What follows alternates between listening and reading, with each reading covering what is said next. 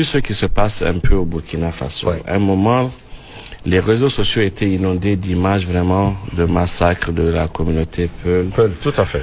Et ils ont commencé à dire que c'est les VDP, les forces armées burkinabées qui ont commencé à le faire.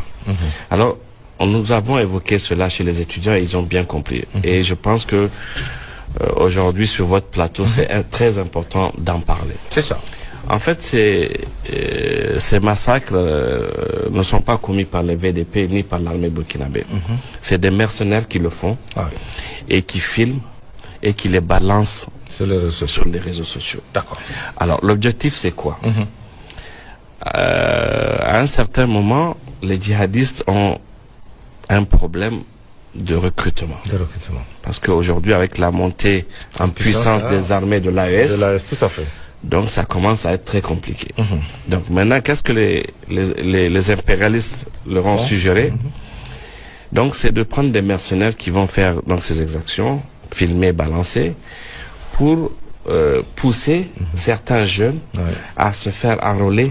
Pas pour faire ce combat du djihadisme, comme ils le disent, alors qui n'est pas vrai, mais pour aller dans une guerre communautaire pour dire que c'est pour venger leurs parents. Donc il faut faire très attention. Ces images sont vraies, nous ne disons pas que c'est des fausses images, mais ce ne sont pas les VDP, ce ne sont pas l'armée burkinabé. Au Burkina Faso, pour ceux qui suivent l'actualité, le colonel Moussa Diallo a été élevé au grade de général par le capitaine Ibrahim Traoré. Ensuite, il a été nommé chef d'état-major. Tout à fait. Mais Moussa Diallo est Peul. Il est Peul. Donc, comment peut-on expliquer aux gens qu'un chef d'état-major puisse envoyer des éléments pour aller faire des exactions dans des villages de sa communauté? Ça n'a aucun sens. Ça n'a aucun sens. Et il faut qu'on en parle. Au Mali, ils ont fait la même chose. Ils ont essayé. À un moment, ça s'est arrêté. Ce que beaucoup de nos téléspectateurs ne savent pas, c'est que la première dame du Mali, Lalla Diallo, est Peul. La femme du général Assimi Goïta est Peul. Donc, on ne peut pas expliquer que le général Assimi Goïta, aujourd'hui, puisse envoyer des éléments pour aller exterminer des villages de la communauté de sa femme et de ses enfants. Tout à fait. Pour revenir au Niger,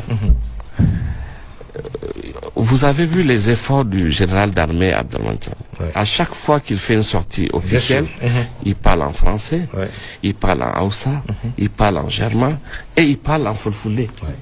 C'est un message fort pour montrer que ce qui se passe dans nos pays, ce n'est pas, c'est au-delà, c'est pas des problèmes ethniques ou autres, c'est un combat qui se fait contre le terrorisme. C'est ça. Et pour rappeler à vos téléspectateurs, le premier décret que le général Tchani a eu à signer, c'est le décret portant nomination du ministre directeur de cabinet, qui est Peul. Ah oui, d'accord. Dans notre région, on n'a pas ce problème. Tout à fait. Donc il faut qu'on fasse très attention. Ceux qui sont combattus actuellement, ce sont des terroristes. Ils n'ont ni ethnie, ni nationalité.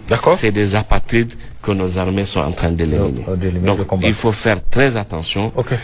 Et aujourd'hui, nous sommes dans un contexte spécial. Nous parlons de la Confédération des États du Sahel qui va aller au-delà. Nous espérons que ça va aller jusqu'à la fédération. C'est ça. Nous reprenons les discours des pères des indépendances.